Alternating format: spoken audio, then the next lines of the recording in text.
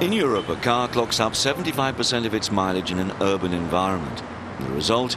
An explosive cocktail of congestion and pollution. Time wasted in traffic jams could soon be costing the European Union 1% of its gross domestic product. Urban traffic is responsible for 40% of CO2 emissions generated by road transport, and 9 in every 10 Europeans are exposed to harmful particle emissions that are higher than the tolerated threshold. However, the European Commissioner for Transport believes that an alternative and more environmentally friendly urban mobility can be achieved through well-targeted actions. D'abord, la promotion des énergies nouvelles et notamment de la bioénergie dans le transport.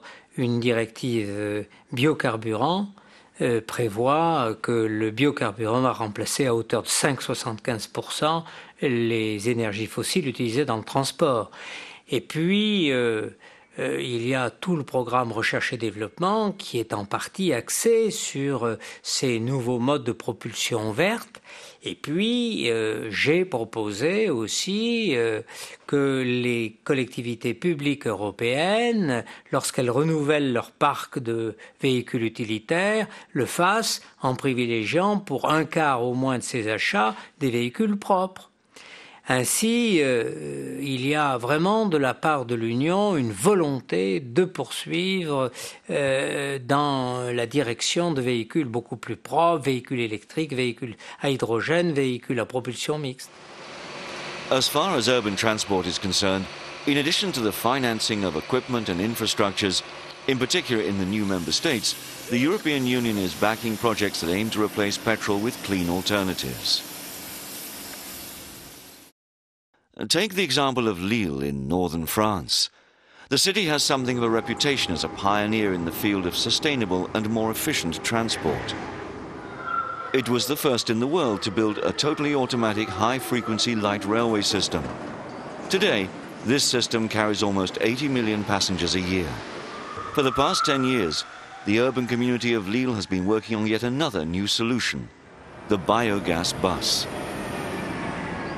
Le biogaz, c'est à partir donc des déchets organiques ou des bouts de stations d'épuration, du gaz qui est produit naturellement et qui ensuite est épuré pour être utilisé comme carburant des autobus. The purification process in question is an innovation. It makes it possible to convert the biogas produced by the fermentation of organic waste to obtain the same level of quality as natural gas. The buses can therefore run on one or the other, which offers a solid guarantee of supply. Le prix du kilomètre parcouru avec un bus au gaz n'est pas supérieur à celui d'un véhicule diesel. Donc ça ne coûte pas plus cher à la collectivité, globalement, d'utiliser des véhicules au gaz. On est donc à la fois gagnant du point de vue environnemental, sans que ça coûte plus cher. Once the development phase was over, the city's projects gathered momentum with the acquisition of new gas-operated buses and the construction of an adapted bus depot. Each parking space is equipped with a recharging socket. When they return to the depot after their round, it only takes a minute for the drivers to plug their vehicle into the automatic distribution network. Actuellement, on a un peu plus de 200 bus, 214 exactement, qui fonctionnent au gaz sur un parc de 330 véhicules, donc environ les 2 tiers. L'objectif, c'est de faire fonctionner l'ensemble de la flotte au gaz, de ne plus avoir que des véhicules au gaz. And so as not to waste this great idea only on the buses, the city now has plans to make its dustbin lorries run on gas. Let's now head for Graz in Austria. Next time you're passing through, don't forget to taste the local speciality, the schnitzel, with a generous helping of chips. You may not be aware of it, but you'll be doing your bit to save the planet. As you take your digestive walk, though, you may be struck by a strange slogan written on the side of the buses. Von der Pfanne in den Tank. From the pan into the tank. Das bedeutet, dass wir mit Altspeiseöl fahren. Das heißt, in der Gastronomie und in den Haushalten wird gebrauchtes Öl von der Pfanne zu dem Tank transportiert. Das bedeutet, das gebrauchte Speiseöl wird zu einem Treibstoff, Biodiesel, umgewandelt. For example, in Graz, once the cooking oil of your schnitzel has been used, it's no longer thrown down the drain. A collection lorry comes by to recover it and to take it to a factory where it will be transformed into biodiesel, that's to say of non-fossil origin, before being reused in the bus tanks. Unsere ganze Busflotte fährt mit 100% Biodiesel. Das heißt, wir brauchen keinen fossilen Diesel mehr, um die Busflotte zu betreiben. Für die Flotte, die wir betreiben, das sind 130 Busse, brauchen wir im Jahr 3,8 Millionen Liter Diesel. Of course, the oil that is recovered from restaurants is not enough to operate all the buses throughout the year. Biodiesel comes mainly from colza and sunflower crops. As the director of this engineering firm that designs production units explains, biodiesel can be obtained from a large number of raw materials that are readily available. Der Rohstoff kommt von vor der Haustüre. Sie haben den Rohstoff sich überall verfügbar. Ob das jetzt Rapsöl ist, Sonnenblumenöl, Altspeiseöl oder tierische Fette. Ich sage immer, solange Sie Fleisch essen, Schnitzel essen, ein Entrecote essen, haben Sie Tierfett. Und Tierfett ist zum Beispiel ein exzellenter Rohstoff für Biodiesel. Another good piece of news.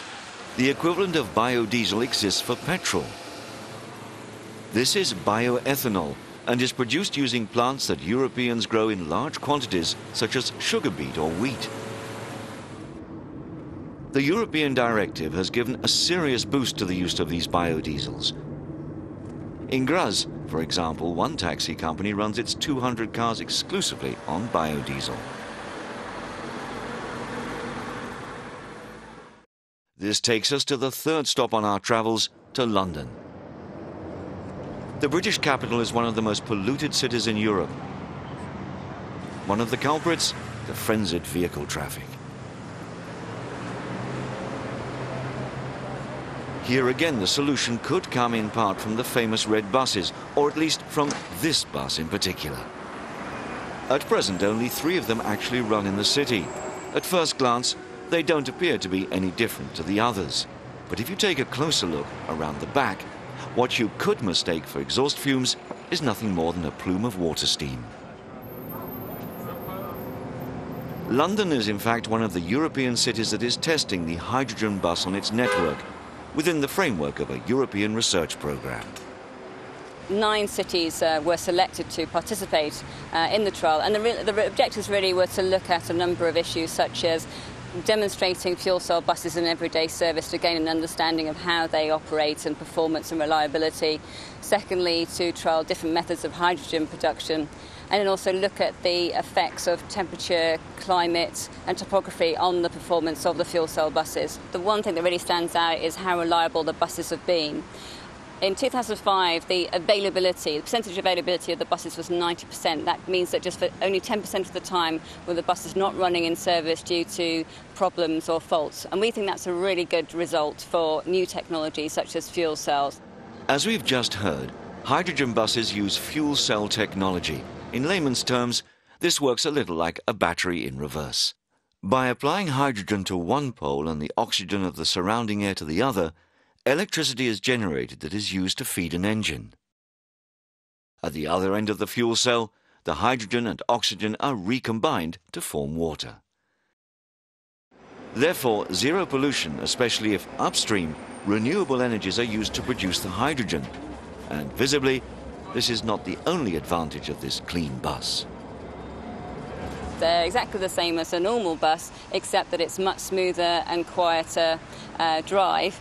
And for similar reasons, the passengers also like them as well. I mean, they're much quieter and smoother. And also the fact that they're zero emission. We've had very positive feedback from the public. They like the fact that there's no exhaust emissions, and they would like to see more of these vehicles in the future.